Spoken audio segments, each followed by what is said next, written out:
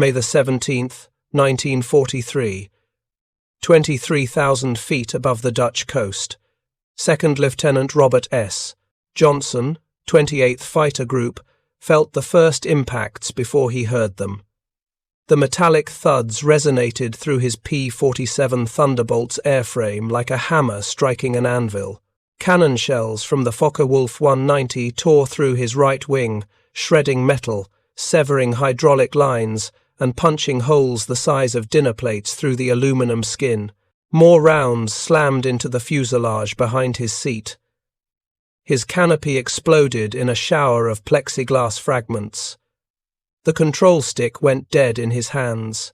Johnson's aircraft, 7 tons of Republic Aviation engineering, was being systematically destroyed by Oberleutnant Egon Mayer, one of Germany's most lethal fighter aces.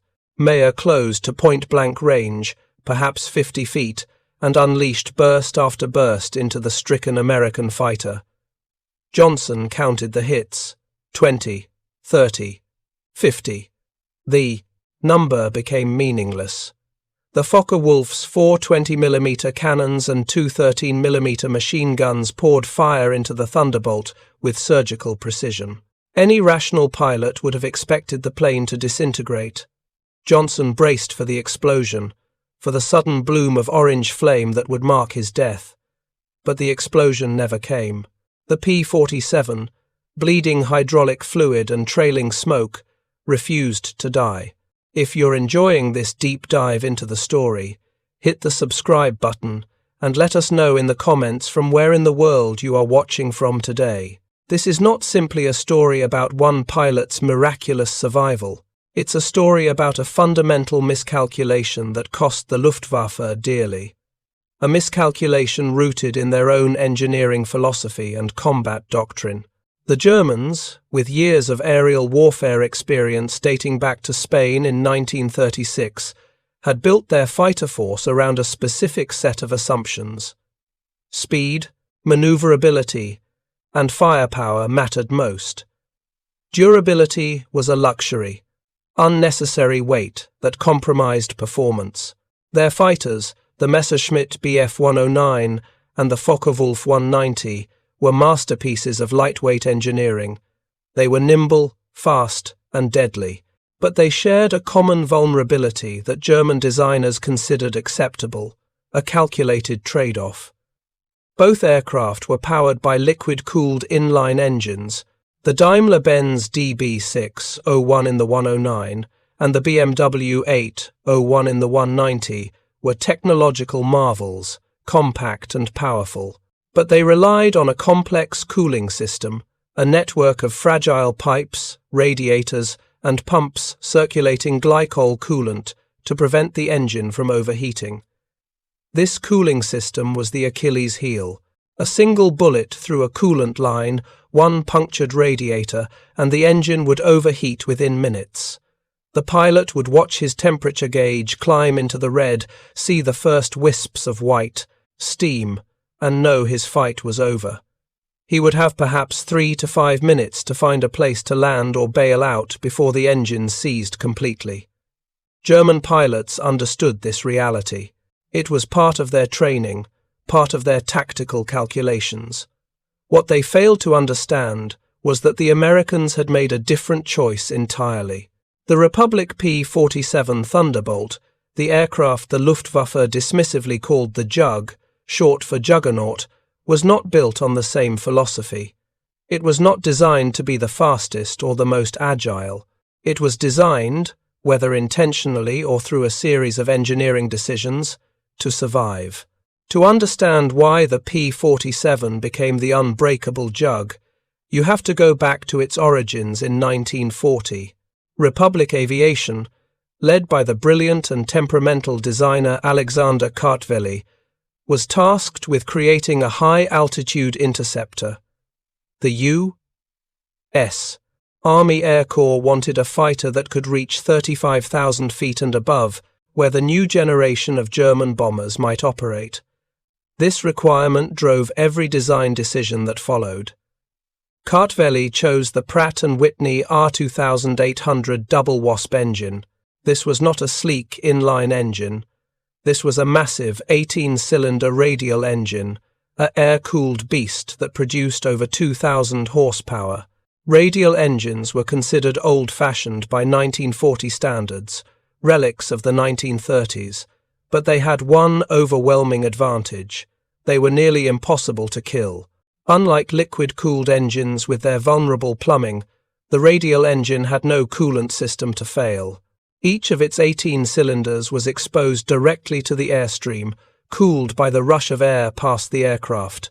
You could shoot holes through individual cylinders, destroy spark plugs, sever ignition wires, and the engine would keep running, often on just half its cylinders. It was a brutally simple, redundant design. Where German engines required precision and care, the double Wasp required only air and fuel. But the engine was enormous. To accommodate it, and the turbo supercharger system needed for high-altitude performance, Kartveli had to build a large aircraft. The P-47 was massive for a single-engine fighter. It weighed nearly 8 tons when fully loaded, more than twice the weight of a Spitfire. It was 13 feet tall, with a wingspan of nearly 41 feet. German pilots, accustomed to compact, lightweight fighters, looked at the Thunderbolt and saw a fat, ungainly target. What they didn't see was the armor. Republic's engineers, learning from early combat reports from Europe, had wrapped the P-47's critical systems in steel. The pilot sat in a bathtub of armor plating, thick steel panels protecting his back, his sides, his head. The oil tank, the fuel tanks, even the ammunition boxes were shielded. The total weight of the armor exceeded 150 pounds, an unthinkable burden for a German, designer obsessed with saving weight. And there was more. The P-47's fuel tanks were self-sealing. When punctured, a rubber lining would swell and plug the hole, preventing catastrophic fuel loss. The hydraulic system had redundancies. The control cables were duplicated. Even the massive propeller blades could absorb cannon fire and keep turning. Every system was designed with the assumption that it would be hit, that it would be damaged, and that it would need to keep functioning anyway. The Germans had no equivalent. Their philosophy was different. A fighter should avoid damage through speed and maneuverability, not absorb it through brute engineering. This made sense in the context of the early war, when Luftwaffe pilots were the best trained in the world, flying over friendly territory, engaging outnumbered opponents. But by 1943, the context had changed. The Americans were coming in waves, with hundreds of bombers and fighters.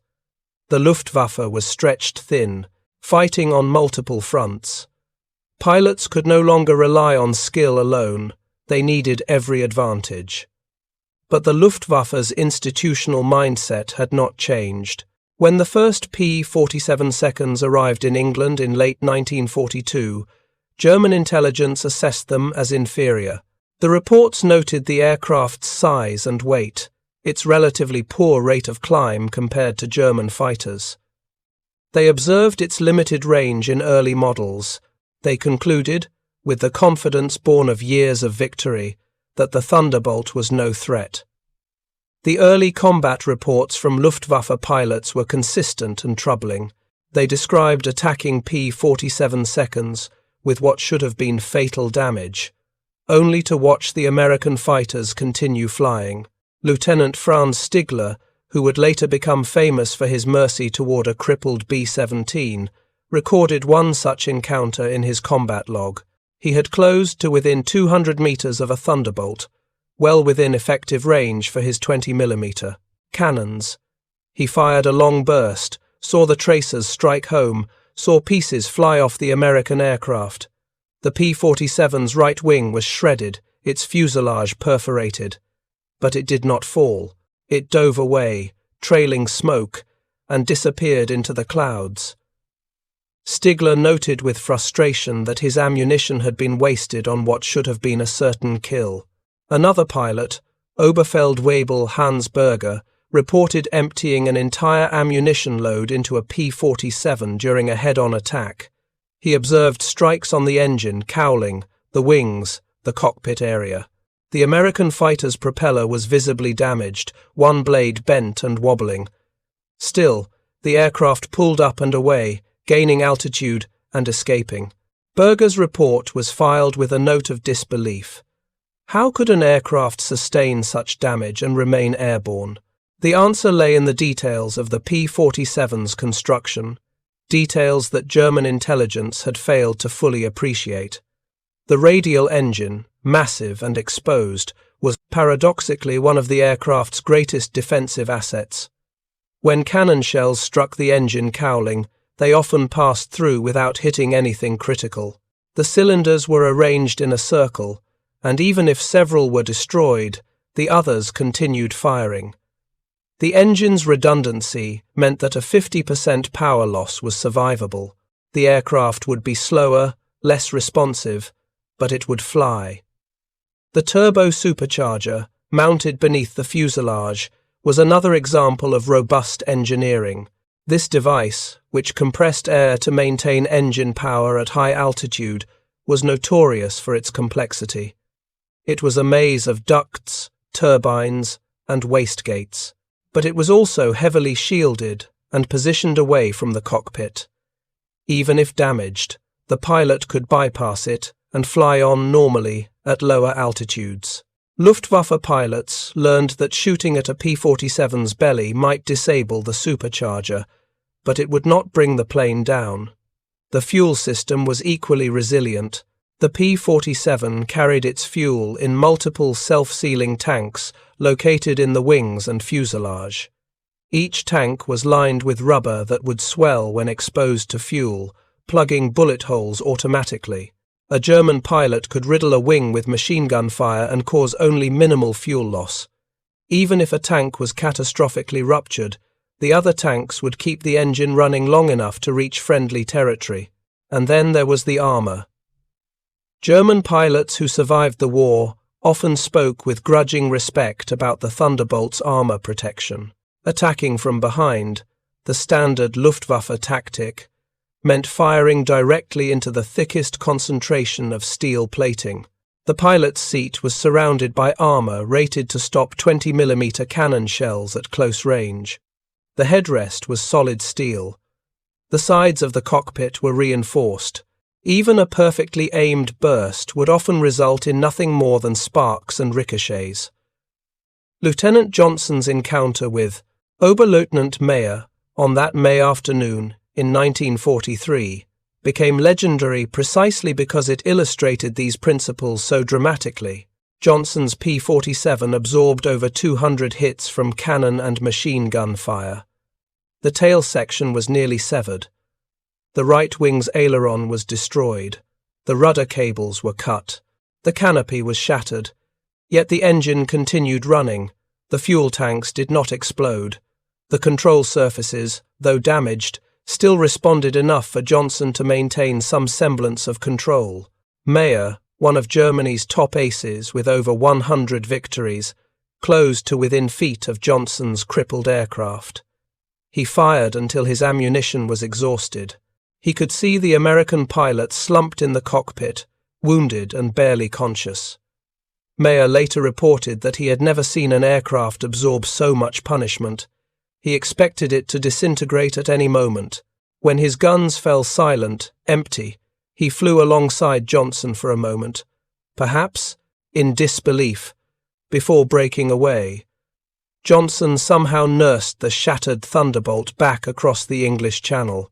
He made an emergency landing at his base with no hydraulics, no flaps, and limited control. The ground crew counted 221 hits on the aircraft. The maintenance log noted that the airframe was a total loss, beyond economical repair. But Johnson walked away with relatively minor injuries. The armor had saved his life. The redundant systems had kept him flying. The rugged radial engine had brought him home. This was not an isolated incident. As the air war over Europe intensified through 1943 and into 1944, Similar stories multiplied. Captain Walker Mahurin returned from a mission with a 20mm cannon shell lodged in his engine. The round had failed to explode, and the engine had kept running with the shell embedded in one of its cylinders. Lieutenant Quince Brown landed with his right wing's main spar severed by flak. The wing held on only by the skin and remained attached through sheer luck and structural redundancy. The statistical evidence began to mount. The 8th Air Force compiled loss rates for its fighter groups. The P-47 units consistently showed lower losses per mission than the P-38 Lightning groups, and significantly lower than early P-51 units flying the Allison-powered variants. The difference was not in pilot skill or tactics, it was in the aircraft's ability to survive hits that would down other fighters.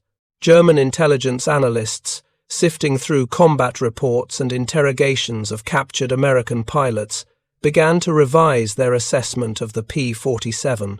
Internal Luftwaffe documents from late 1943 acknowledged that the Thunderbolt was proving far more difficult to destroy than anticipated.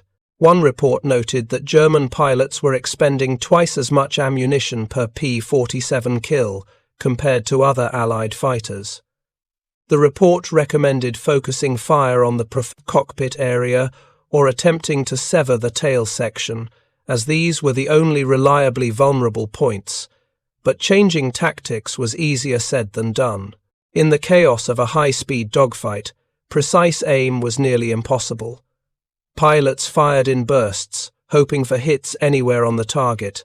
Against a Spitfire or a P-51 with a liquid-cooled engine, this approach worked. A lucky hit on the cooling system was often enough. Against a P-47, luck was not enough. You needed sustained, accurate fire on specific critical areas, and in combat, that kind of precision was rare. The psychological impact on Luftwaffe pilots was subtle but real. Engaging a P-47 became a question of cost-benefit analysis. A German pilot might see a formation of Thunderbolts escorting bombers and make a conscious decision to avoid them, seeking easier targets elsewhere. This was not cowardice, it was pragmatism. Why waste precious ammunition and fuel on fighters that refused to go down when the mission was to stop the bombers? Major Heinz, a Luftwaffe ace with over 200 victories, was quoted in a post-war interview describing his philosophy when encountering P-47 seconds. He stated bluntly that unless he had a clear advantage, altitude or position, he would not engage them. The risk, he explained, was not worth the potential reward. Other fighters, the Mustang, the Lightning, the Spitfire, could be downed with a good burst. The Thunderbolt required a commitment of time and ammunition that often left the German pilot vulnerable to other threats. This reluctance to engage was exactly what the 8th Air Force needed.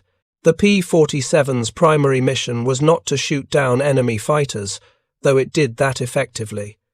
Its mission was to protect the bombers, and by simply existing, by being difficult to kill, it forced German pilots to reconsider their attacks. The bombers were getting through. The technical reasons for this survivability were no secret to American engineers. They had deliberately over-engineered the P-47, building in redundancy and protection that added weight but saved lives. The radial engine's layout meant that even catastrophic damage to one side of the engine left the other side functional. The hydraulic system had dual circuits, so that if one was severed, the pilot could still operate landing gear and flaps using the backup. The electrical system had multiple generators and batteries, ensuring that even with battle damage, the pilot would retain at least basic instruments. The wing structure was particularly robust.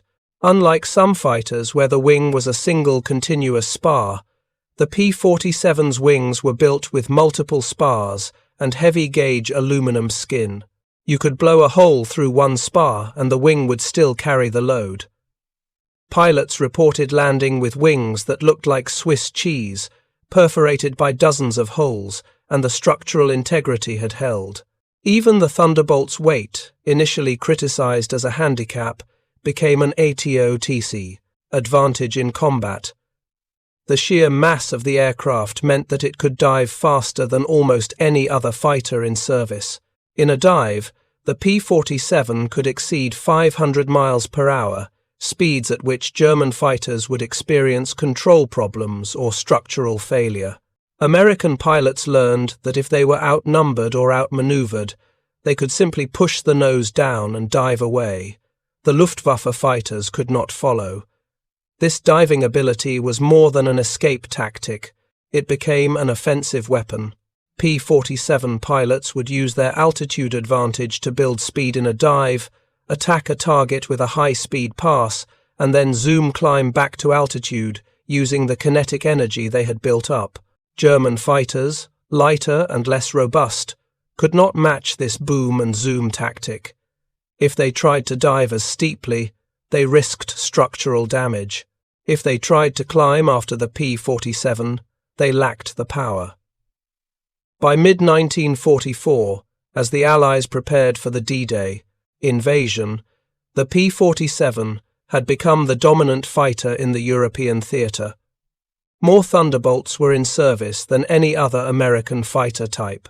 They were flying missions deep into Germany, escorting bombers, strafing ground targets, and engaging in dogfights.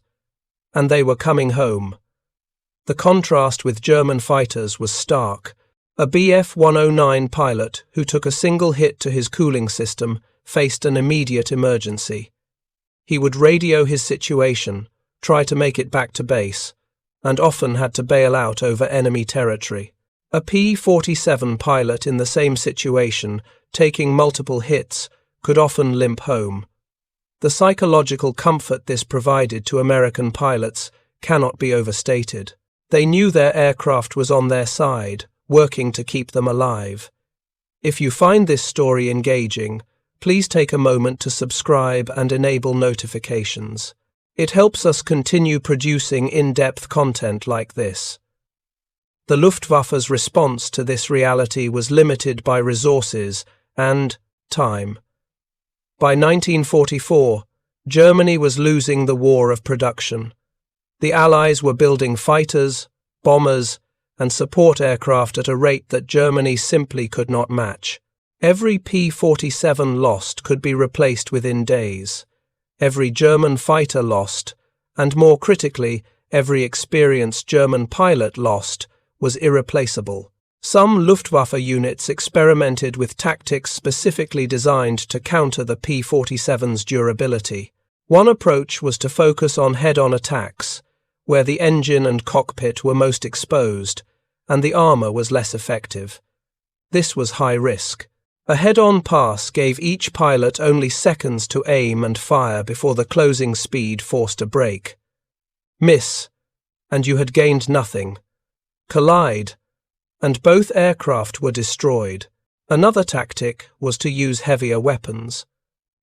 The Germans developed 30mm cannons, massive weapons that fired explosive shells capable of ripping through even the P-47's armor. But these cannons were heavy, slow-firing, and had limited ammunition. Installing them meant sacrificing other performance characteristics. And even with 30mm cannons, you still needed to hit the target, a challenge in the confusion of aerial combat. The most effective German response was actually not a tactical one but a strategic withdrawal. As 1944 progressed and the Allies pushed deeper into France, the Luftwaffe increasingly pulled back its fighter units to defend Germany itself. They conceded air superiority over the battlefield, accepting that Allied fighters like the P-47 would dominate. Instead, they concentrated their remaining strength on defending key industrial targets and cities from bomber raids. This meant that P-47 pilots increasingly found themselves flying ground attack missions. With German fighters reluctant to engage and often absent, the Thunderbolts turned their attention to trains, trucks, tanks, and supply columns. Here, the aircraft's rugged construction proved invaluable once again. Flying low, strafing ground targets, exposed the aircraft to intense anti-aircraft fire. Light flak, 20mm and 37mm guns, were lethal at low altitude. But the P-47 absorbed this punishment too. Pilots would return from strafing missions with their aircraft riddled by flak fragments, hydraulic fluid streaming from severed lines, control surfaces hanging by threads, and they would still make it home. The radial engine, in particular, seemed almost immune to ground fire. Flak bursts would pepper the engine, cowling with shrapnel, and the engine would continue running. Perhaps rougher, perhaps with a cylinder misfiring, but running.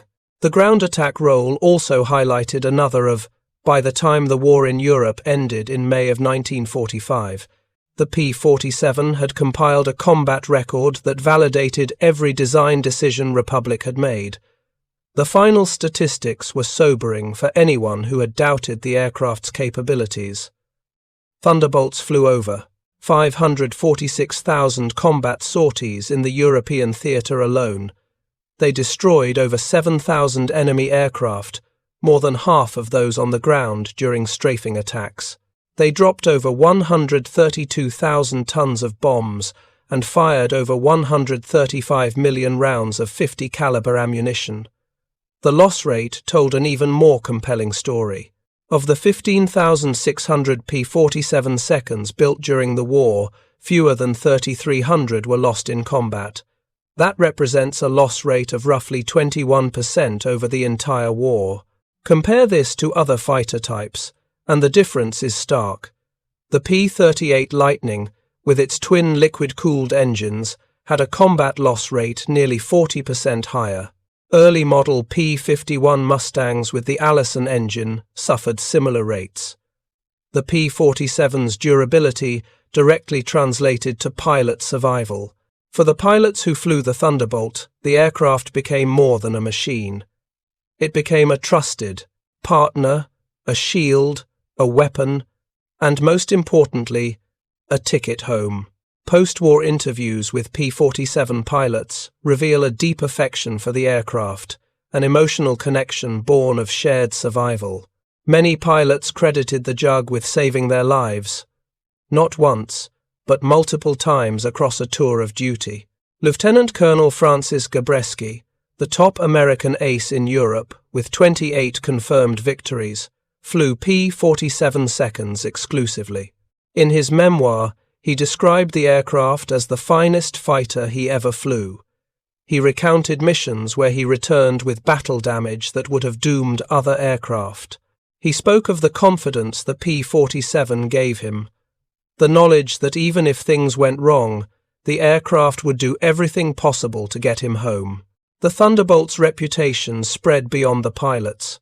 Ground crews developed a fierce pride in maintaining these aircraft. They saw firsthand the damage the P-47 seconds could absorb and still fly. Mechanics would work through the night, patching holes, replacing damaged components, and returning aircraft to service. One crew chief in the 56th Fighter Group famously kept a running tally of hits repaired on a single P-47 over its service life. The final count exceeded 600 separate battle damage repairs, yet the aircraft remained in frontline service until the war's end. The German perspective on the P-47, as captured in post-war interrogations and documents, evolved from dismissal to grudging respect. Luftwaffe pilots who survived the war consistently ranked the Thunderbolt as one of the most difficult Allied fighters to shoot down. They acknowledged that while it was not the fastest or most maneuverable, its combination of firepower, speed in a dive, and durability made it a formidable opponent. General Lieutenant Adolf Galland, commander of Luftwaffe fighter forces, was asked in a 1945 interview which Allied fighter he most respected. His answer was revealing. He stated that while the P-51 Mustang was perhaps the best all-around fighter, the P-47 was the one his pilots least wanted to engage. The reason, he explained, was simple. Shooting down a P-47 required too much time and ammunition, resources the Luftwaffe could not afford to waste. This admission from one of Germany's top fighter leaders underscored the strategic impact of the Thunderbolt's design. The goal of air superiority is not necessarily to shoot down every enemy aircraft. It is to control the skies, to protect your bombers, to deny the enemy freedom of action. The P-47 achieved this not through overwhelming performance in any single area, but through a combination of attributes that made it extremely difficult to remove from the battlefield. The lessons learned from the P-47's success influenced post-war aircraft design profoundly. The concept of survivability through redundancy, armor, and robust engineering became a standard requirement for military aircraft. Future fighters, even those with liquid-cooled engines, incorporated multiple backup systems, self-sealing fuel tanks, and pilot armor as a matter of course. The P-47 had proven that these features were not luxuries, but necessities. The Cold War's jet fighters carried forward this philosophy. Aircraft like the Aten Warthog, designed decades later for close air support, owed a direct intellectual debt to the Thunderbolt. The Aten's titanium bathtub protecting the pilot, its redundant flight control systems, its ability to fly home on one engine, all echoed the design principles that had made the P-47 unkillable. Even the Soviet Union, studying captured P-47 seconds after the war, incorporated similar design elements into their own aircraft. The Lavochkin La-7 and later piston fighters featured increased armor and structural redundancy, a departure from the earlier Soviet philosophy of lightweight, nimble fighters. The Americans had demonstrated that you could build a fighter that was both effective and survivable, and the Soviets took note. The strategic impact of the P-47's durability extended beyond individual engagements. The presence of large numbers of Thunderbolts over Germany in 1944 and 1945 forced the Luftwaffe to make difficult choices. They could not afford to ignore the P-47 seconds, as they were too dangerous. But engaging them meant accepting high ammunition expenditure and longer combat times, during which other Allied fighters could intervene. This dilemma paralyzed German fighter tactics, contributing to the collapse of the Luftwaffe as an effective fighting force. The bomber crews, the men in the B-17 seconds and B-24 seconds, who were the P-47's primary responsibility, developed their own appreciation for the Thunderbolt. From their perspective, watching the Jugs escort them deep into Germany, the aircraft's size and power were reassuring. They knew that the P-47 pilots could engage German fighters and, more importantly, survive to keep fighting. This knowledge improved bomber crew morale immeasurably. One B-17 pilot, Captain Robert Morgan, famous for piloting the Memphis Belle, wrote in his diary about the difference the P-47 seconds made. He described early missions in 1943, before the Thunderbolts arrived in force, as terrifying ordeals, where bomber formations were savaged by German fighters. Later missions, with P-47 escort, were still dangerous but far less desperate. The German attacks were less sustained, less coordinated. The presence of the Thunderbolts had changed the equation. The industrial side of the P-47 story is equally remarkable. Republic Aviation, a relatively small company before the war, scaled up production to an astonishing degree. At peak production in 1944, Republic was completing over 600 P-47 seconds per month. This required a workforce of over 25,000 people and the coordination of hundreds of subcontractors providing everything from instruments to landing gear.